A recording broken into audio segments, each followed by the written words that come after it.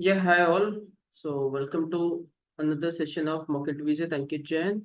This is me, Ankit Jain. So I'm a Salesforce technical architect at an MNC.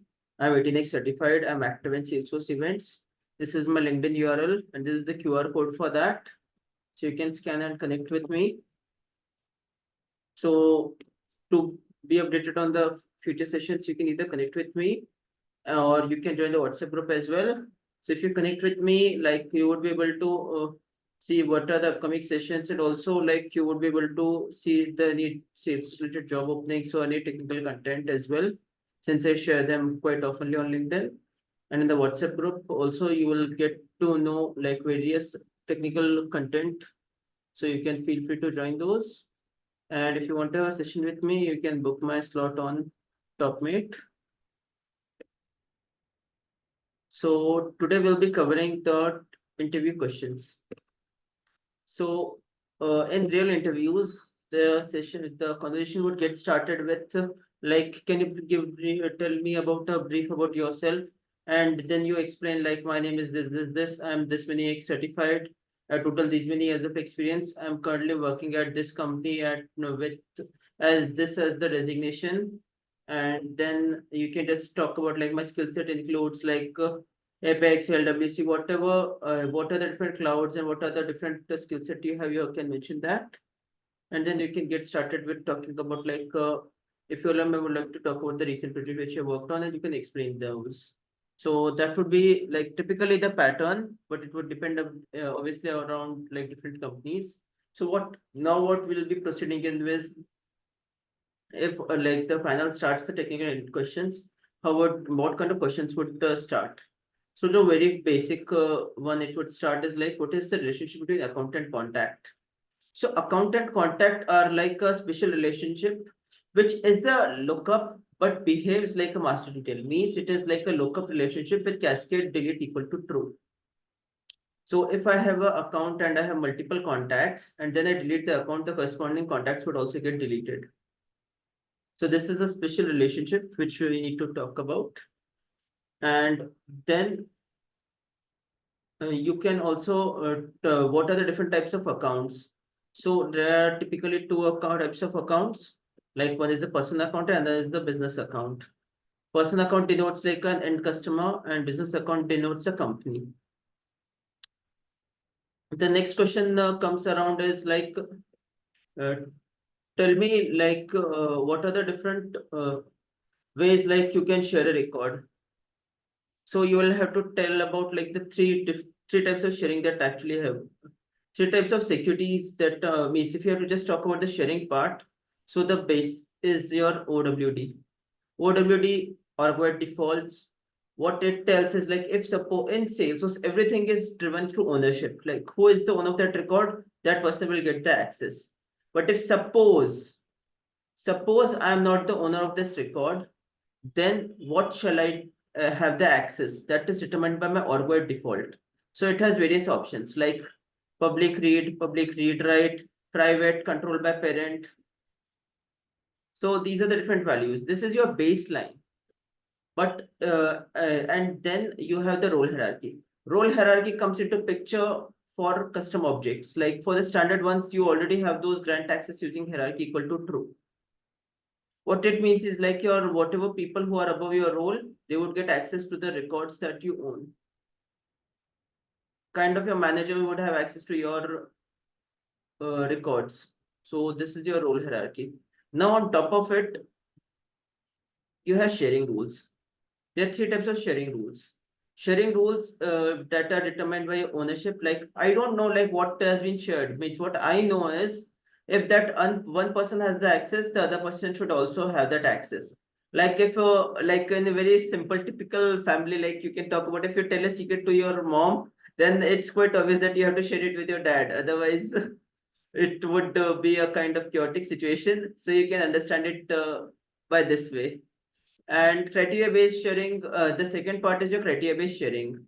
Criteria based sharing, what it means is like, if suppose a particular criteria is reached, like suppose like if your opportunity valuation is going like say in millions, then you will have to involve your senior management in that opportunity. So those information should be shared with that. Or if you go by the same example, if like of a typical household, like if your child fails in your exam, then it's compulsory for that uh, teacher to share that information with your parents. So this is your criteria based sharing record. Third is your guest sharing rule. Guest sharing is typically like, I am a guest user and do you want that information to be shared with me? Typically, it happens like in the use case of say you was trying to showcase all the products in your website. So you want the guest users to have the be able to view those information. So you can create a guest sharing on top of it. Now, like there's another option, like you have the option of in the profile view all and modify all. Although not recommended, but there are certain use cases that you should be using those, since making it private and then again creating on top of that the sharing rules won't be much I would say not much recommended. So in such scenarios you can go with view all and modify all. Now on top of this sharing rule you also have something called as restriction rule. Restriction rule, what it tells is like you should would be able to restrict the access of those some of the records. Like if suppose in scenarios you can't change the OWD, so Salesforce has given you a power of using restriction rules. Now, like suppose if you have a community customer community enabled and you have the customer community license only. I'm talking about customer communities explicitly because if you have customer community plus, you will have the access, you will have the power to create the sharing rules, since you would have the portal role with you. But in customer community license, you won't have the portal role. So the only mechanism to share records would be sharing set. So in sharing set, the current user's account and contact lookup will match to the target object's account and contact lookup. Note, it should be like that object should OWD should be either public read only or it should be private. Then only that object would be available. Next, the next is around your manual sharing. I want to like a particular record I want to just share. So if the OWD is private or public read only, I have the button of manual sharing by default given by Salesforce. But assume a scenario, like I want like suppose a record is there, like or some opportunity is there, like I have like a lookup of sales rep as the user lookup to that record. So what I want is whenever I create that opportunity and that user is selected, that person should be able to see those have access of that specific record. So it's like a little sophisticated for sharing the specific record. So here we have to use Apex managed sharing or Apex sharing to be simplified. So what here we do is like we create Apex object share record. Object share code means I mean like account share, you can call it opportunity share, whatever name you want to means whatever object as per that you will get the name. So what it has the fields is you have the record ID for which record you want to actually share that to specific people. Second, user or group ID means you can either specify your individual user's ID or you have a public group, that ID you can mention. Third is your row cause. Row cause, apex sharing reason, whichever terminology you want to use, you are feel free to use that. So by default, the value is manual. What manual says is if you have the sharing causes manual, then what happens is like if the ownership of that record is changed after like you have given the apex managed sharing, then that person, like suppose there's a record, let me just share my screen and show it on notepad so it's a bit more clear.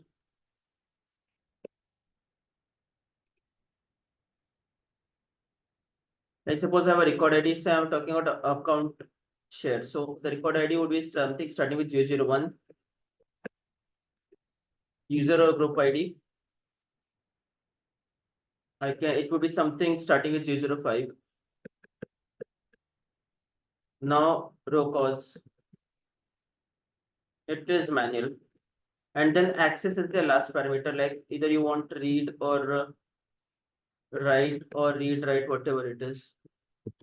So there was one record 001 XXX, which was shared manually through Apex. Now what happens is like earlier the owner was person X. So this record ID was of person X. No, sorry, it was a person Y, yeah. Now what happens is like, after this record is created, now the ownership is owner of this record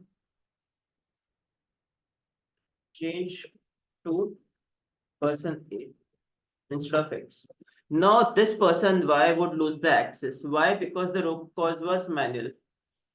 To avoid this situation, you create your custom Apex sharing reason.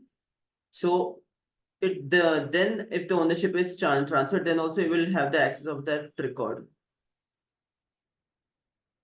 So these are the high level sharing mechanism that we have in Salesforce. There are a few more, like when we have the territory management enabled, we have the territory sharing rule as well. But at the high and you have the queues option as well. Like if you want to have a record that is shared across multiple people in a team, like you want to share the load kind of thing, so you can use the queues as well. Roles, I already mentioned, like you can through the roles grant access using hierarchy. Those things work in the background. So these are typically the different ways, like you have the sharing. These means you can do the sharing in Apex. Next, like, so any doubt so far? Ankit, I have one question. Yeah, as we are discussing about sharing, do account teams come in this Yeah, criteria as teams. well?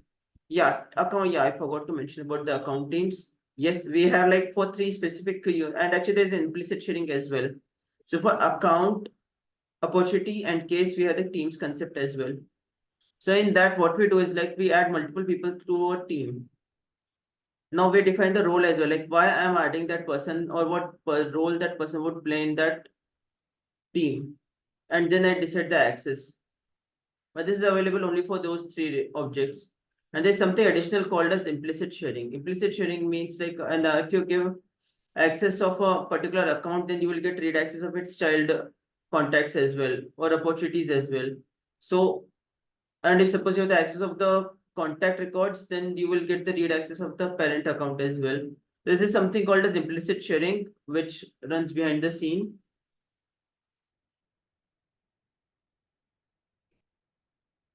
Okay, I think that answers. Yeah.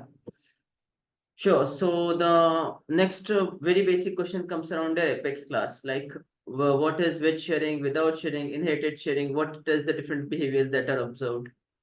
So with sharing means like your sharing rules are taken into account. What it means for me is, if I have access, the total there are 100 records, I have access to only 2 records. Then when I do a query in with sharing, then only those 2 records would get returned. The other records won't be returned in that query.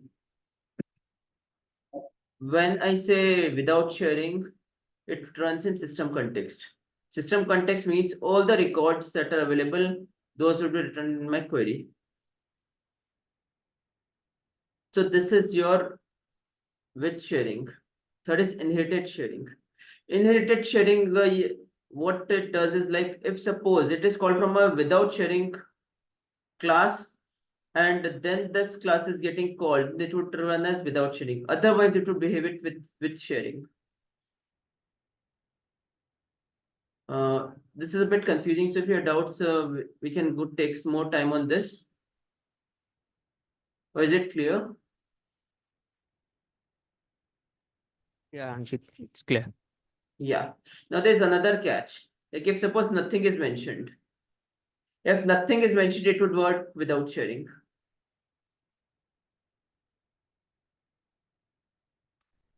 Another thing to note here is like when you do a query inside the trigger, FLS or object level permissions are not at all checked. So you have to apply those of field describe and object describe is creatable, is updatable, and all of those things when you're writing the code is queryable. Or if you want to just have it for the querying, you can also use which security enforced. That is another important interview question, like what is the which security enforced, or how would you mention, like without using these field describe, how would you handle those? So what it does is like it checks for the what various fields, like what are there, and then checks like if you have the query ability to read those fields or not. If there's even one field which you don't have access, then it would throw an error. Or any object access you don't have, then it would throw an error. Now there's another thing known as strip inaccessible. Strip inaccessible, what it does is like out of like say 5 fields, you have access of 3 fields. So what it will do is like it will return the other 3 like which you have the access, and it will not return the field of which you don't have access, but it won't throw you any error. The next question that comes in is around with user mode and with system mode. Suppose you have that class level, you have like with sharing, and you want a particular query or a particular you want to do a particular query where it runs in system mode. For such scenarios, you can go use either which user mode or with system mode, depending upon the scenario. If you want that the current user's access should only means whatever the user has the access, only those records have to be returned, then you go with system mode, with user mode. If you want like all the records should be returned, then you use with system mode. But again, this has nothing to do with your field level permissions. It only talks about the level of access. It doesn't talk about field level access. I hope that is clear. Yeah. If any questions, then we can go over those. Now the next question comes around is like what are different forms of asynchronous epics? So typically asynchronous epics I can categorize it into various parts. First is your very basic future method. Second is your queueable. Third is your batch class or batchable. Fourth is your schedulable. So typically these are the different ways like which you have in asynchronous epics. Also, like I would say, like if the panel doesn't ask you to explain those, then leave it. If the panel would want, they would ask you explicitly, like please explain those. Ankit, Now, one more. yeah, next very basic question comes around is what is the difference between profile and permission set? So typically profile controls uh, the login hours, your IP ranges, the default tab that you have, default record type that you should be giving. Also currently it has options of giving the objective field level permissions as well. What permission set does is like it helps you control the different object and field level permissions, Apex class permissions. And as per the Salesforce plan, the recommendation is to give the object and field level permissions in the permission set only and not give it at the profile level. So that is about the profile and permission set. And a user is needed to have a profile, and it's not recommended means it's quite possible like a user won't have the permission set. Another question that comes in is around what is the difference between profile and role. Profile determines what you can do, role determines what you can see. It user might not have any role, but he is needed means it's compulsory for him to have a profile. Now another follow-up question would be like on what scenarios like user should not have a role. So if means if there are large number of records that a particular person owns, which we call in technical terms the owner's queue. So in such scenarios, it's recommended like you don't have the role. So otherwise, the complex means the time taken, like the consequence of large data means data skew would come into picture, which will do performance degradation. The next question comes around is like what is the difference between inactivating a user and freezing a user? So what inactivating a user does is like it frees up the license, and like freeze means it releases the license, and freezing the user means it would be inactive for some duration. Your license would still be consumed. Your license would not be freed. If it is like if you have frozen a like user. I hope that is making sense, right? Yes, yes. The next question that is around the trigger. So believe me, like in any interview that you will be taking in, you will be required to write a trigger.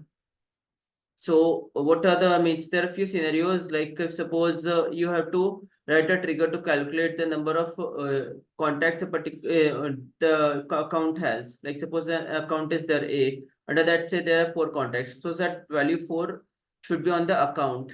So you'll have to write a kind of a do of means a code level implementation of kind of roll-up summary.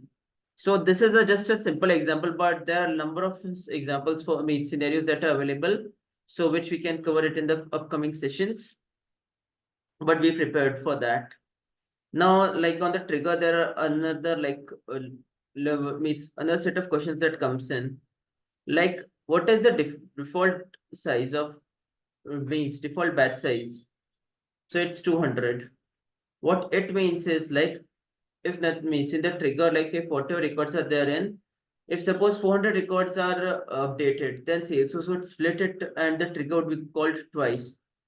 First time it would get called for the first 200, and then you will have the second time when the trigger is called, it would be called for the next 200. So automatically Salesforce does the splitting for us. So this is around your trigger. Then apart from that, like what are different trigger context variables? So trigger.new, trigger.old, trigger.new map, trigger.old map, trigger.is executing. So these are the most common trigger context variables that are available. So now the catch is like when we should be using with each of them. So trigger.nil, typically all the scenarios like where you have any insert or update, you should meet if you are doing like before insert, then you can use the trigger.new and set the new set of value means do the assignment or update any existing field that you want to update on the triggering record, and before update also you can do the same. And after insert, you will have the trigger.new and trigger.old, but you won't be able to make the changes. Like if suppose let me just elaborate on what I mean is I will want to show you a consideration around those. Let me just share my screen. I think like conceptually, this should be very much clear. So before insert, you can make the changes on your trigger.new. Original object, it's not available because the record itself is not created. After insert, you can't update the trigger.new because it's already there in. So what you can do is like, you can do a DML on the after insert as well. Before I told you like you can make the changes before update, and again you're doing update on the original object, you won't be able to do that. But then after you can do consequent subsequent updates, but here the catch would be it would kind of end up in recursion. So it's segmented, you don't do it. After update, you do it for the cross subject. Or you define like you do a comparison, like if a particular attribute is changed, then only that the code should get executed. Now before delete, what you can do is like you can do the updates, and once it's deleted, then the updates are visible. So it's a simple chart that is showing everything.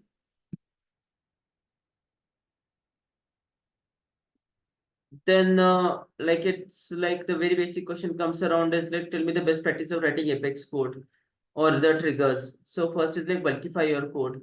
Don't hard code like it would should run only zeroth index or something like that. Because Salesforce or Apex is optimized for handling bulk transaction. So bulkify your code. Avoid any hard coding any of those IDs. Why do we avoid hard coding? Because we don't want, like, if across the environment the code is moved, then the code breaks. So we don't want that. Third is like your query or your DML should not be in a for loop. Why? Because it would performances it would degrade, and also we have the governor limits around the same. Next is around like using map and set. Map and set, actually the recommendation is to go for those because they would help you improve the performance, and also indirectly it's kind of would help you bulkify the code as well. Now the next is like you do the exception handling as well. Then apart from that, so at the high level, these are the best practices to means one trigger per object, and your trigger should be logicless. One trigger per object only recommendation is because if you have multiple triggers, you can't control the sequence. The next is around like why your trigger should be logicless. The reason being like to have more reusability. Now when we're talking a bit around like what is recursion or how do we avoid that? Recursion, basically what happens is like unknowingly, like we have written the code like we are doing an update, but on that same object you have another automation or you have another code that is being executed, so which again updates the same object. So what typically happens is like you update one account ACC1, and then after that below line again the in some logic you're doing in where you are updating the same record. So again and again the trigger gets called. So that is called as recursion. So this is actually the problem statement of recursion. Now what, how do you avoid that?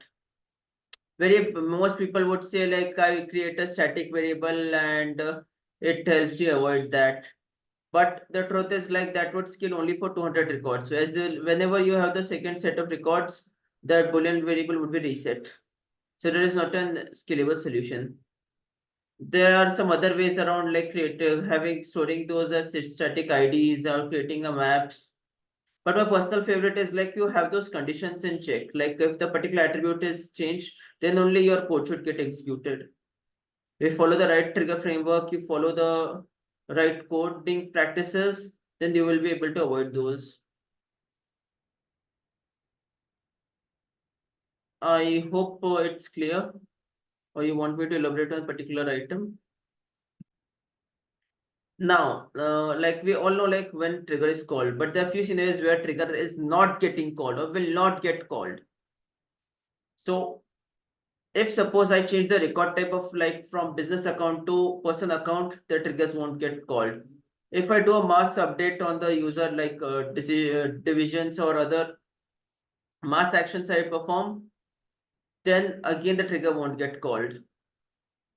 So there are some edge scenarios which Salesforce is saying like your DMLs won't get your triggers won't get called. So you will have to be very much cautious of that.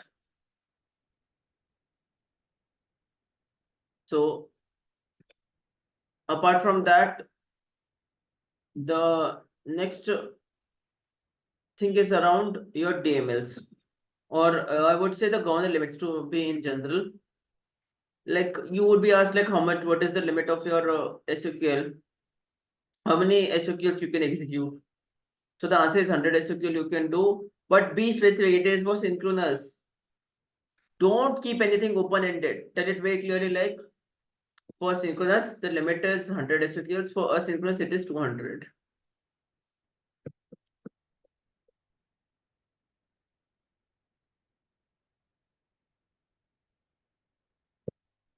Yeah. So the next question that would come up is like, what all we consider as DML statements.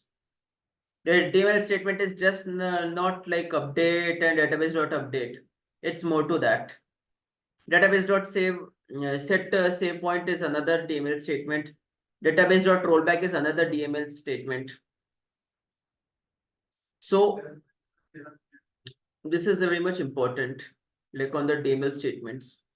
Now DML statements, 150 DMLs we can do in one transaction, both for synchronous and asynchronous. Another, like how many records can we query in a particular transaction? So you can query up to 50,000 records in one transaction. What if I have to query more? You can go with asynchronous epics, or you can also go with @read only. But with @read only, you are having some constraints. So you have to consider that and then use @read only. The limit gets extended up to 1 lakh records if you use @read only.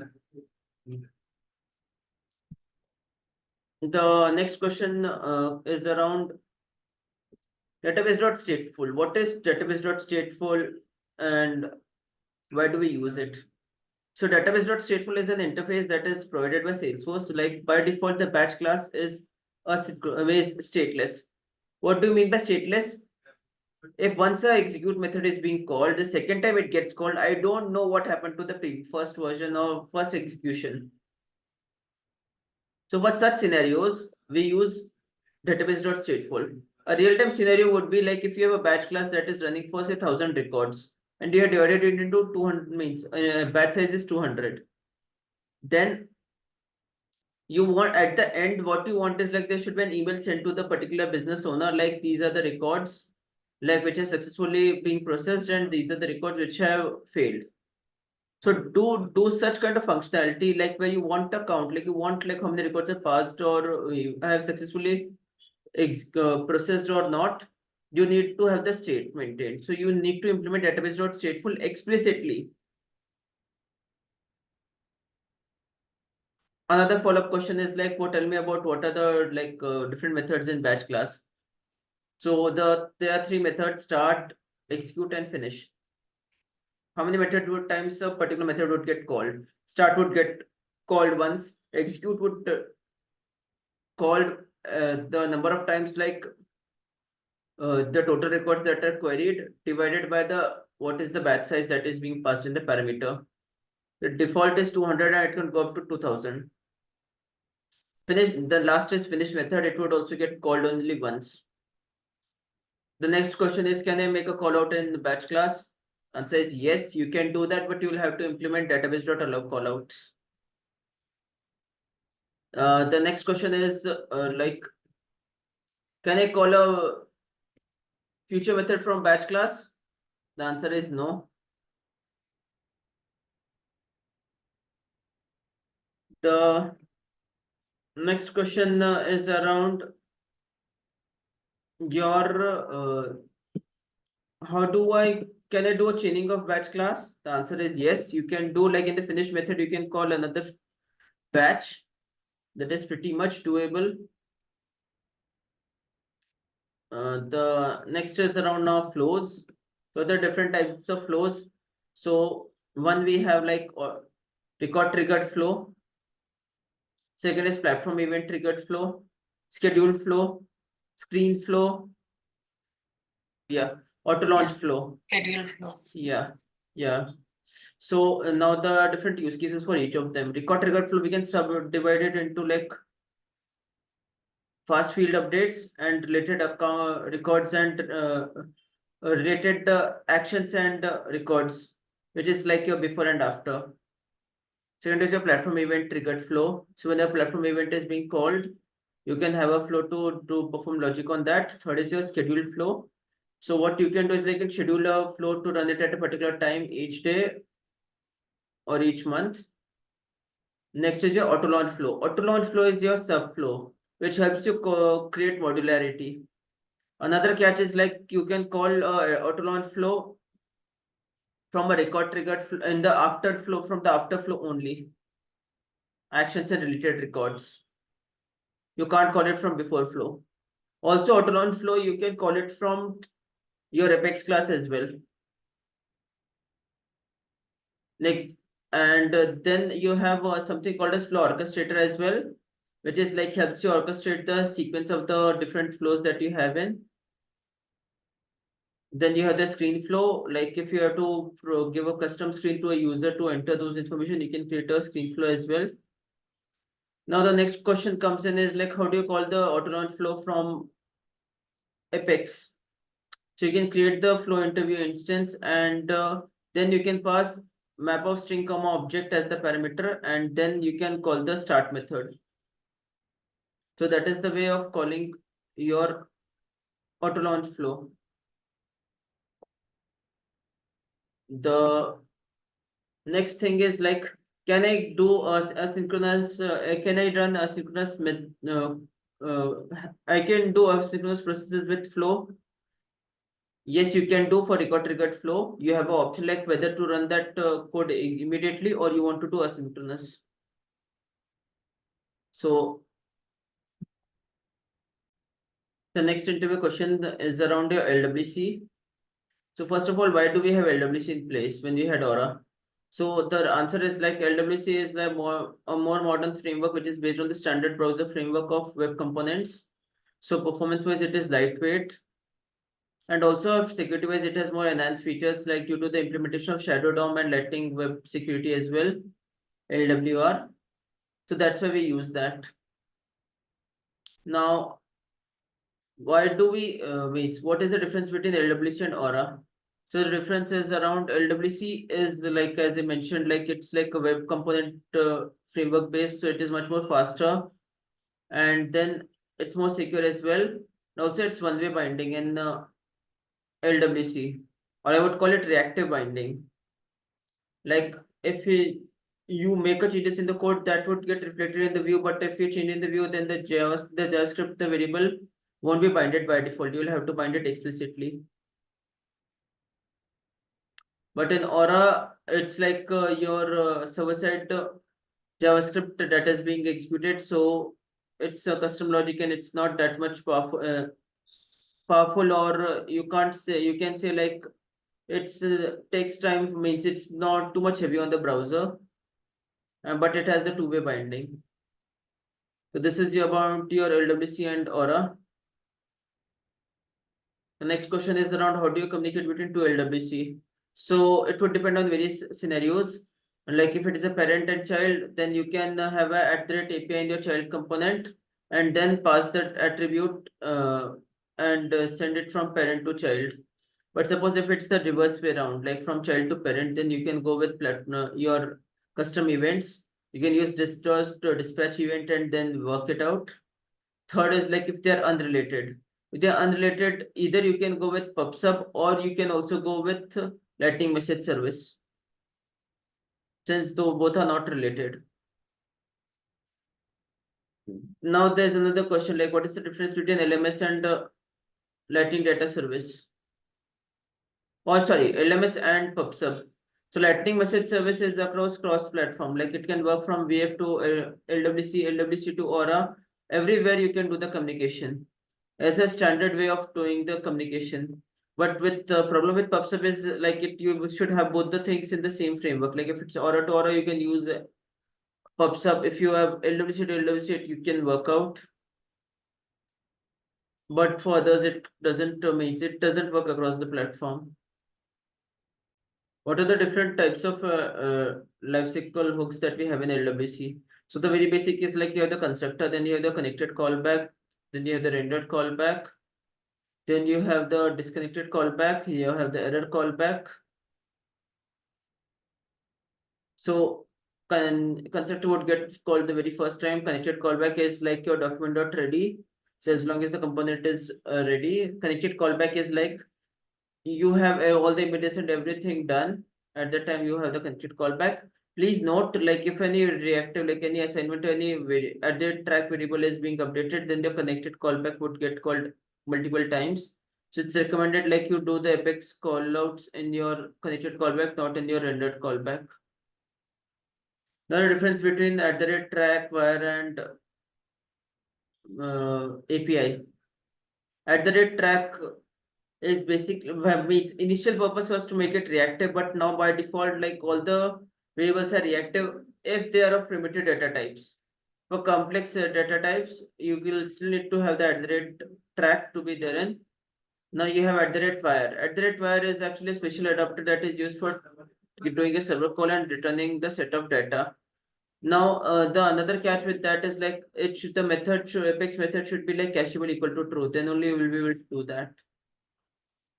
Next is @API. @API is for making a property public so that the parent component can access those and pass in them as the parameter.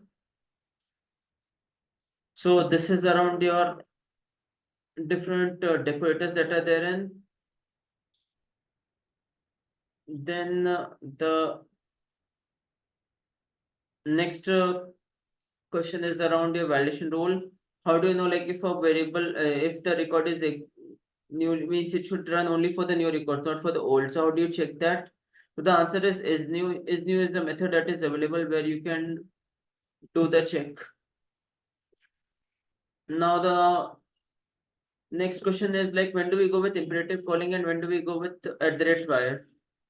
@var we use like where we want like Salesforce to do the all the like assignment of like when that variable would have the data from the server. We want it to do everything. And I don't want that much control. Like for imperative, and I don't want to do any DML. At that imperative calling, what it gives me the power is like I have the full control. If I want to do any checks or anything, I'm able to do that. Another advantage that I get is like I can do DMLs. So I have more control over everything. I don't have to make that very fixed method cacheable equal to true. So this is the difference around your @var and imperative calling. The next question that we have is around what what is the difference means? Can I have the owner ID field on your child if it is a master detail on the detail side? No, your detail or record will not have the owner field on your on detail means on the detail side of your object, or your detail object won't have the owner ID field. The reason being like its ownership means the record access is shared by the control by it's done by control by a parent. So it can't have, and in Salesforce, like the owner ID is owner is the one who gets the access of the record by default.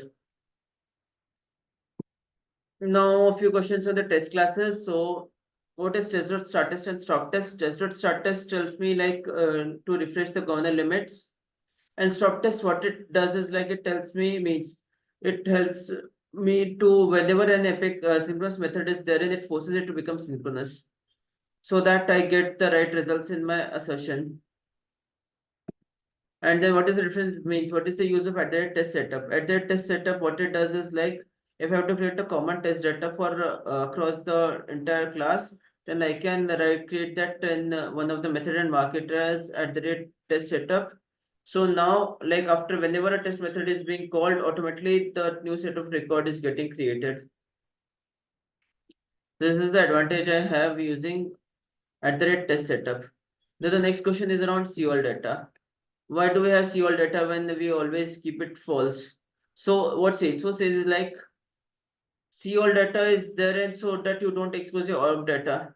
But there are some typical use cases like you can't actually set the means you can't create directly create a report or a dashboard in your test class, and suppose you have to do a testing around that, so you won't be able to do that. So in such scenarios, what Salesforce does is like you use the COL data equal to true, or you want to use the connect API, then also this is useful.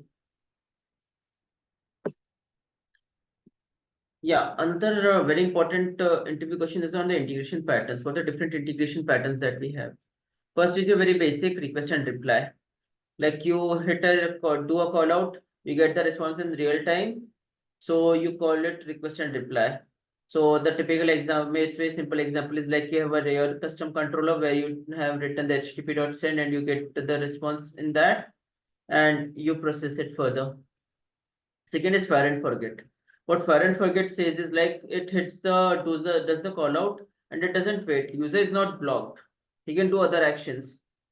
So it's like you have your future methods with call out equal to true. So that can be considered as an example of fire and forget. Third is UI data update based on data update. What it says, it's like a streaming API. It's like similar to your payments that when you try to make a payment and you scan the QR code, and whenever you have done the payment through a UPI app, your page gets refreshed automatically. You don't have to do anything. So the typical implementation in Salesforce would be around your streaming API, your change data capture, or platform event.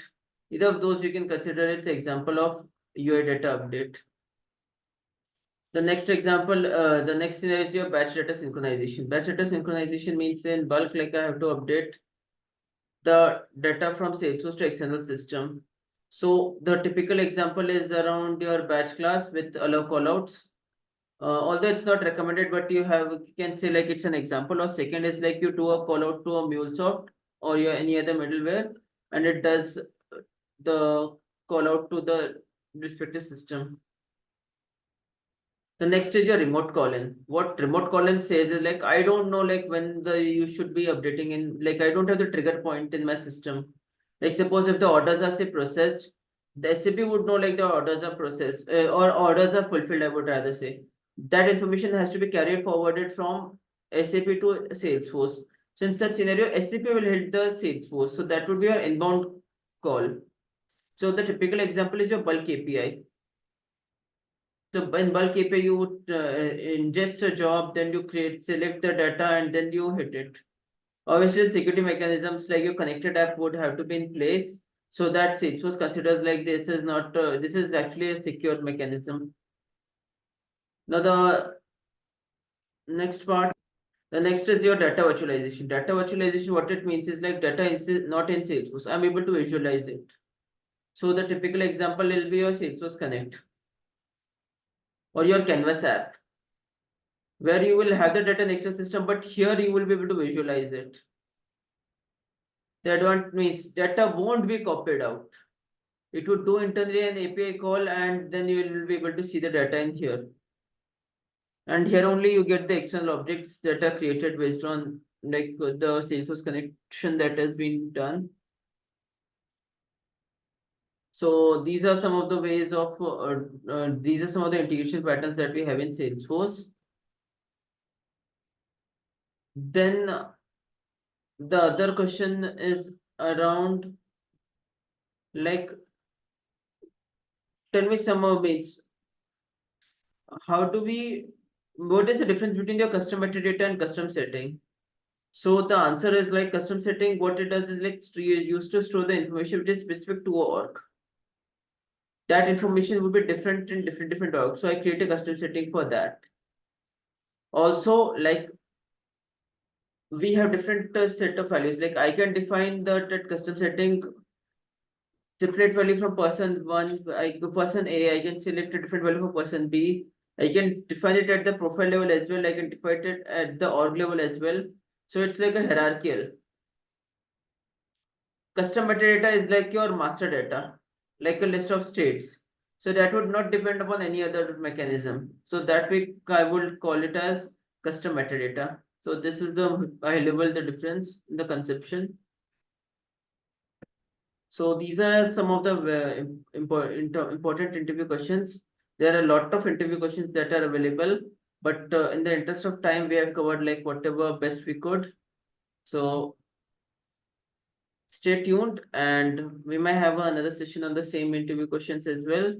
So till then, you can subscribe to be updated about the upcoming sessions. Okay, thank you. Bye.